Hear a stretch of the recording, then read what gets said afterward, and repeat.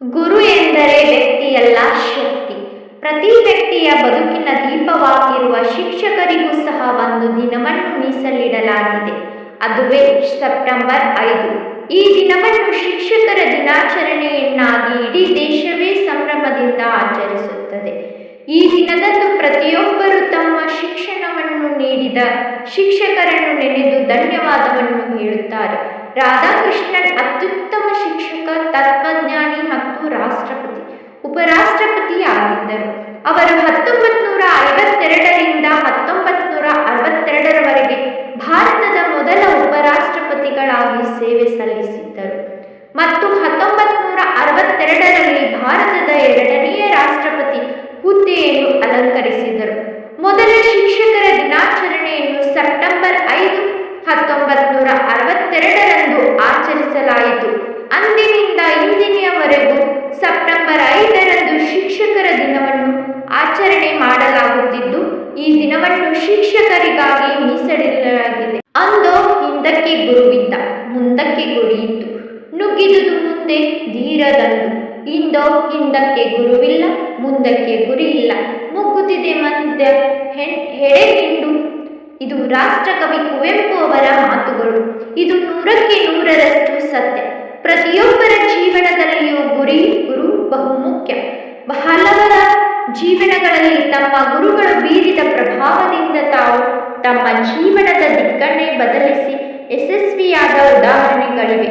ಪ್ರತಿಯೊಬ್ಬರ ಜೀವನದಲ್ಲಿ ಗುರು ಎಷ್ಟು ಮುಖ್ಯವೋ ಅಷ್ಟೇ ಗುರುಗಳೂ ಮುಖ್ಯ, ಏಕೆಂದರೆ ಆ ಗುರಿ ಮುಟ್ಟಲು ಸೋಪಾನ ಉತ್ತಮ ಗುರುಗಳು. ಶಿಕ್ಷಕ ಅಥವಾ ಗುರುವನ್ನು ಗುರು ಬ್ರಹ್ಮ, ಗುರು ವಿಷ್ಣು ಎಂದು ಹೋಲಿಸಲಾಗಿದೆ. ಗುರು ಸೃಷ್ಟಿ, ಸ್ಥಿತಿ ಮತ್ತು ಲಯಕಾರನು ಹೌದಲ್ಲವೇ? ಶಿಕ್ಷಕ ಭೌತಿಕವಾಗಿ ಏನನ್ನು ತಯಾರಿಸಬಹುದು, ಆದರೆ ವಿದ್ಯಾರ್ಥಿಗಳ ಜೀವನದ ಗುರಿ ಉದ್ದೇಶಗಳನ್ನು, ಅವುಗಳನ್ನು ಸಾಧಿಸುವ ಮಾರ್ಗಗಳನ್ನು ವಿದ್ಯಾರ್ಥಿಗಳ ಮನಸ್ಸಲ್ಲಿ ಸೃಷ್ಟಿ ಮಾಡುವನು. ಅವು ಪಕ್ವವಾಗಿ ಬೆಳೆಯುವಂತೆ ವಿವಿಧ ತತ್ವಗಳನ್ನು ತಲೆಯಲ್ಲಿ ತುಂಬುವನು ಮತ್ತು ದಾರಿ ತಪ್ಪುವ ವಿದ್ಯಾರ್ಥಿಗಳ ನಡೆ ನುಡಿಗಳನ್ನು, ವಿದ್ಯಾರ್ಥಿಗಳಲ್ಲಿನ ಕೆಟ್ಟ ಯೋಚನೆಗಳನ್ನು ನಾಶ ಮಾಡಿ ಸರಿಯಾದ ದಾರಿಯನ್ನು ತೋರುವನು. ಗುರುವೇ ಆಗಿದ್ದಾನೆ. ಈ ಭೂಮಂಡಲದಲ್ಲಿ ಎಲ್ಲ ಪ್ರಾಣಿಗಳಂತೆ ಮನುಷ್ಯನು ಪ್ರಾಣಿಯೇ ಆದರೂ ಆತನ ಭಿನ್ನ ಎನಿಸಿಕೊಳ್ಳುವುದು ಯೋಚನಾ ಶಕ್ತಿಯ ಮೂಲಕ. ಮನುಷ್ಯನಿಗೆ ಎಲ್ಲ ಗುಣಗಳು ಹೇಳಿಕೊಟ್ಟರೆ ಮಾತ್ರ ಕಲಿಯಲು ಸಾಧ್ಯ. ಹುಟ್ಟುತ್ತಲೇ ಏನನ್ನು ತಿಳಿಯದ ಮಗು ಕ್ರಮೇಣ ತನ್ನ ಸುತ್ತಮುತ್ತಲಿನ ಭಾಷೆಯನ್ನು ಗಮನಿಸುತ್ತಾ ಕೆಲವು ಶಬ್ದಗಳನ್ನು ಕಲಿಯುತ್ತದೆ. ನಿಧಾನವಾಗಿ ಮನೆಯ ಸುತ್ತಮುತ್ತಲಿನ ಪರಿಸರದಲ್ಲಿ ಕಂಡುಬರುವ ವಿವಿಧ ಜನರು, ವಸ್ತುಗಳಿಂದ ಅನೇಕ ವಿಷಯಗಳನ್ನು ಕಲಿಯುತ್ತದೆ. ಆದರೆ ಶೈಶವಾವಸ್ಥೆ ಕಳೆದು ಬಾಲ್ಯಕ್ಕೆ ಕಾಲಿಟ್ಟಾಗ ಮಕ್ಕಳಿಗೆ ಸಾಮಾಜಿಕ ಜೀವನದ ಪರಿಚಯ ಆಗುತ್ತಾ ಹೋಗುತ್ತದೆ. ಈ ಹಂತದಿಂದ ಮಗುವಿನ ಕಲಿಕೆ ರೀತಿ ಮತ್ತು ಅದರ ವೇಗ ಎರಡೂ ಬದಲಾಗುತ್ತಾ ಹೋಗುತ್ತದೆ. ಇದು ಬಹಳ ಮನುಷ್ಯನ ಜೀವನದ ಗುರಿಯನ್ನು ರೂಪಿಸುವ ಪ್ರಮುಖ ಹಂತವಾಗಿದ್ದು, ಇಲ್ಲಿಂದ ಮಕ್ಕಳಿಗೆ ಉತ್ತಮ ಗುರುವಿನ ಮಾರ್ಗದರ್ಶನ ಅಗತ್ಯವಾಗಿ ಬೇಕಾಗುತ್ತದೆ. ಗುರು ಎಂದರೆ ಕೇವಲ ಶಾಲೆಗಳಲ್ಲಿ ಅಕ್ಷರ ಹೇಳಿಕೊಡುವ ಗುರುಗಳಷ್ಟೇ ಅಲ್ಲ. ಮನೆಯ ತಾಯಿ, ತಂದೆ, ಅಜ್ಜ, ಅಜ್ಜಿರು, ಬಂಧು ಬಳಗದವರು, ಸ್ನೇಹಿತರು, ದಿನಾಲು ನಾವು ನೋಡುವ, ಮಾತನಾಡಿಸುವ ಜನರನ್ನು, ಸಮಾಜದಲ್ಲಿ ಎತ್ತರದಲ್ಲಿರುವ ಗಣ್ಯ ವ್ಯಕ್ತಿಗಳು, ಮಹನೀಯರನ್ನು ಸಹ ಗುರುಗಳಾಗಿ ಭಾವಿಸಿದರೆ ಮನುಷ್ಯ ಬಹಳ ಎತ್ತರಕ್ಕೆ ಏರಬಹುದು. ಗುರುವಿನ ಗುಲಾಮನಾಗುವ ತನಕ ದೊರೆಯದೆನ್ನ ಮುಕುತಿ ಎಂದು ದಾರ್ಶನಿಕರು ಹೇಳಿದ್ದಾರೆ. ಅಂದರೆ ಏನು ತಿಳಿಯದ ಒಬ್ಬ ಸಾಮಾನ್ಯ ಮನುಷ್ಯನನ್ನು ಜೀವನದ ಮೌಲ್ಯಗಳು, ಜೀವನದ ಅರ್ಥ, ಗುರಿ, ಆ ಗುರಿಯನ್ನು ಸಾಧಿಸಲು ಇರುವ ಮಾರ್ಗ ಮುಂತಾದವುಗಳನ್ನು ಗುರುವಿನ ಮಾರ್ಗದರ್ಶನವಿಲ್ಲದೆ ತಿಳಿಯಲು ಸಾಧ್ಯವಿಲ್ಲ. ಪ್ರಪಂಚದ ಮಹಾನ್ ವ್ಯಕ್ತಿಗಳು, ದಾರ್ಶನಿಕರು, ಸಂತರು, ರಾಜಕೀಯ ಮತ್ಸದಿಗಳು ಮತ್ತು ಜೀವನದ ವಿವಿಧ ಹಂತಗಳನ್ನು ಗಮನಿಸಿದಾಗ ಅವರ ಜೀವನದ ಪ್ರತಿ ಹಂತದಲ್ಲಿ ಮಾರ್ಗದರ್ಶಕರಾಗಿ ಒಬ್ಬ ಗುರು ಜೊತೆಗಿದ್ದನೆಂದು ತಿಳಿಯುತ್ತದೆ.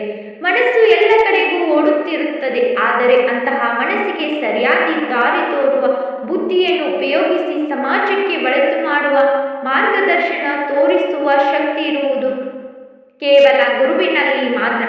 ಪುರಾಣದ ಕಥೆಗಳನ್ನು ನೋಡಿದರೆ ಒಮ್ಮೆ ಪ್ರಾಚೀನ ಗುರುಗಳಿಗೆ ಎಂತಹ ಮಹತ್ವ ನೀಡಿದರು ಎಂದು ತಿಳಿಯುತ್ತದೆ.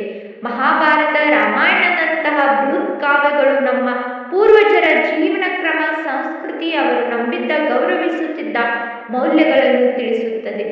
ಶ್ರೀರಾಮಚಂದ್ರನು ಮರ್ಯಾದ ಪುರುಷೋತ್ತಮನೆಂದು ಕರೆಸಿಕೊಳ್ಳಲು ಅವನಿಗೆ ಜೀವನದ ವಿವಿಧ ಹಂತಗಳಲ್ಲಿ ದೊರೆತ ಗುರುಗಳೇ ಕಾರಣ. ಅವರ ಮಾರ್ಗದರ್ಶನವೇ ಆತನನ್ನು ಆದರ್ಶ ಪುರುಷನನ್ನಾಗಿ ರೂಪಿಸಿದವು. ಅಂತೆಯೇ ಮಹಾಭಾರತದಲ್ಲಿ ಅರ್ಜುನ ಒಬ್ಬ ಉತ್ತಮ ವಿಲ್ಲು ವಿದ್ಯಾಪ್ರವೀಣನಾಗಲು ದ್ರೋಣಾಚಾರ್ಯರಂತಹ ಗುರುಗಳೇ ಕಾರಣ. ಹಾಗೆಯೇ ನಮ್ಮ ಇತಿಹಾಸ ಪ್ರಸಿದ್ಧ ದೊರೆಗಳಾದ ಹಕ್ಕ ಬುಕ್ಕರು ಶತ್ರುಗಳ ದಾಳಿಯಿಂದ ಕೈತಪ್ಪಿ ವಿಜಯನಗರ ಸಾಮ್ರಾಜ್ಯವನ್ನು ಹಿಂಪಡೆಯಲು ವಿದ್ಯಾರಣ್ಯರಂತಹ ಗುರುಗಳ ಮಾರ್ಗದರ್ಶನ ಅಗತ್ಯವಾಗಿತ್ತು. ಶಿವಾಜಿ ಮಹಾರಾಜ ಸೋತ ಬಸವಳಿದು ಕಂಗೆಟ್ಟು ಕುಳಿತಿದ್ದಾಗ ಸಮರ್ಥ ರಾಮದಾಸರಂತಹ ಗುರುಗಳು ಆತನಿಗೆ ಅನೇಕ ಉಪದೇಶಗಳ ಮೂಲಕ ಆತ್ಮವಿಶ್ವಾಸ ತುಂಬುತ್ತಾರೆ.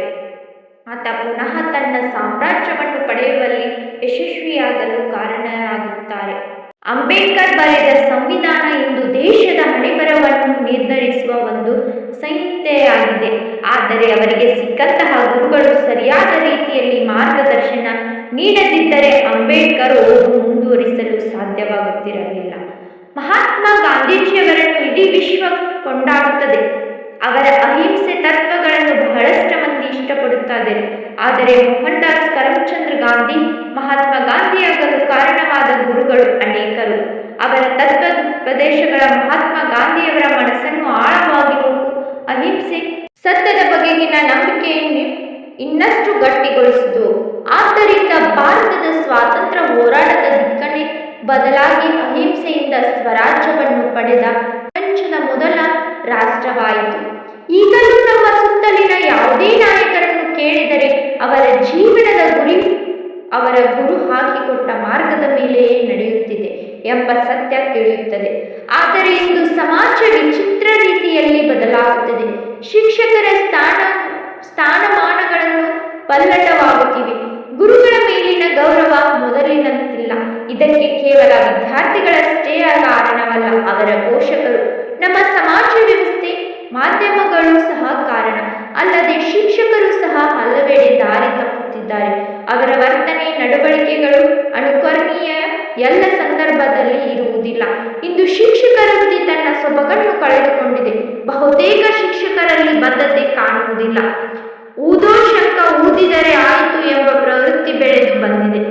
ಶಿಕ್ಷಕರಲ್ಲೇ ಮತ್ಸರ ತಾಂಡವಾಡುತ್ತಿರುವುದು. ಇಂದಿನ ದಿನಗಳಲ್ಲಿ ಅಂತಹವರು ವಿದ್ಯಾರ್ಥಿಗಳಿಗೆ ಮುಂದಿನ ದಾರಿ ದೀಪವಾಗುವುದಾದರೂ ಹೇಗೆ? ಇದರಿಂದ ನಮ್ಮ ಸಾಮಾಜಿಕ ತಳಹದಿಯೇ ಅಲಗಾಡುತ್ತದೆ. ಸಮಾಜದಲ್ಲಿ ಅತ್ಯಾಚಾರ, ಮೋಸ, ವಂಚನೆ, ಭ್ರಷ್ಟಾಚಾರದಂತಹ ಘಟನೆಗಳು ಇಂದು ಹೆಚ್ಚಾಗುತ್ತಿವೆ. ಇದಕ್ಕೆಲ್ಲ ಸರಿಯಾದ ಗುರುವಿನ ಮಾರ್ಗದರ್ಶನವಿಲ್ಲದಿರುವುದು ಕಾರಣ. ನಾವು ಇನ್ನಾದರೂ ಎಚ್ಚೆತ್ತುಕೊಳ್ಳಬೇಕು. ಶಿಕ್ಷಕರು ಮೌಲ್ಯಯುತ ಪ್ರಜೆಗಳನ್ನು ತಯಾರು ಮಾಡಬೇಕು.